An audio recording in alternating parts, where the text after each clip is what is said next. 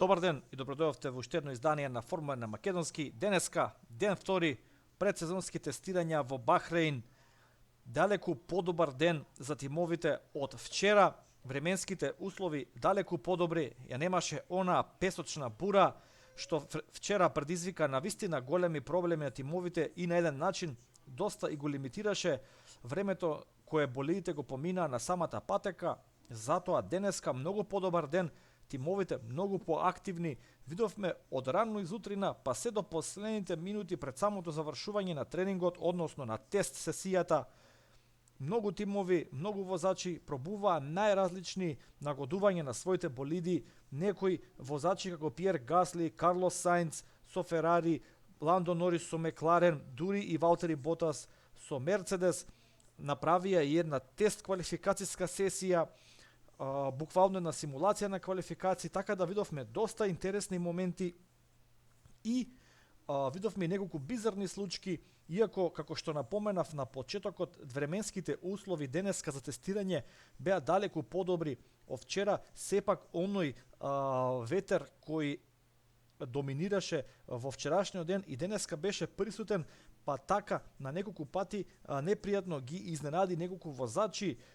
Видовме неколку пати како возачите загубија контрола врз своите болиди, а најголемо внимание привлече Луис Хамилтон, кој предизвика црвено знаме откако го закопа својот Мерцедес во песок, заглави болидот на светскиот шампион и он не беше во можност да продолжи, туку мораше да се прогласи стопирање на самата сесија, да се извади болидот од песокта, да се однесе назад во пит, за да може тест сесијата да продолжи.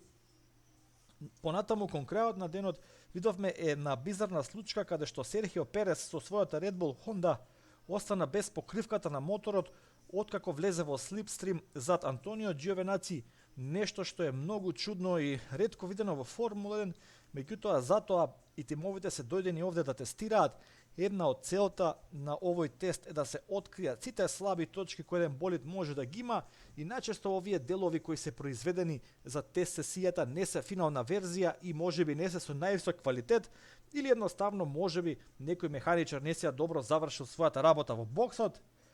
Друго за одбележување денеска е враќањето на Фернандо Алонсо во Формула 1, иако го видовме човекот како официјално се збогуваше со Формула 1 од кога најави дека се повлекува, меѓутоа еве го назад во Алпин Рено, веднаш рано изутрина постави и брзо време, во текот на предпладневата сесија би рекол беше доста активен, така да се на се Фернандо Алонсо повторно во Формула 1, изутрина во предпладневата сесија Даниел Рикјардо со Мекларен го постави најдоброто време за тој дел од сесијата, а на крајот на денот работите малку по малку се легнуваат по старо.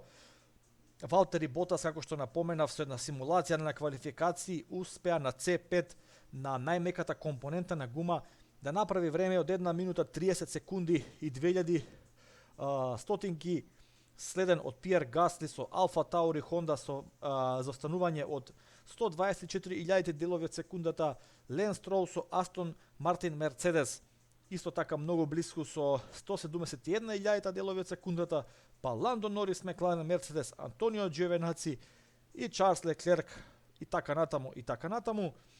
Тоа е се што би имал да кажам за овој ден на тестови во Формула 1.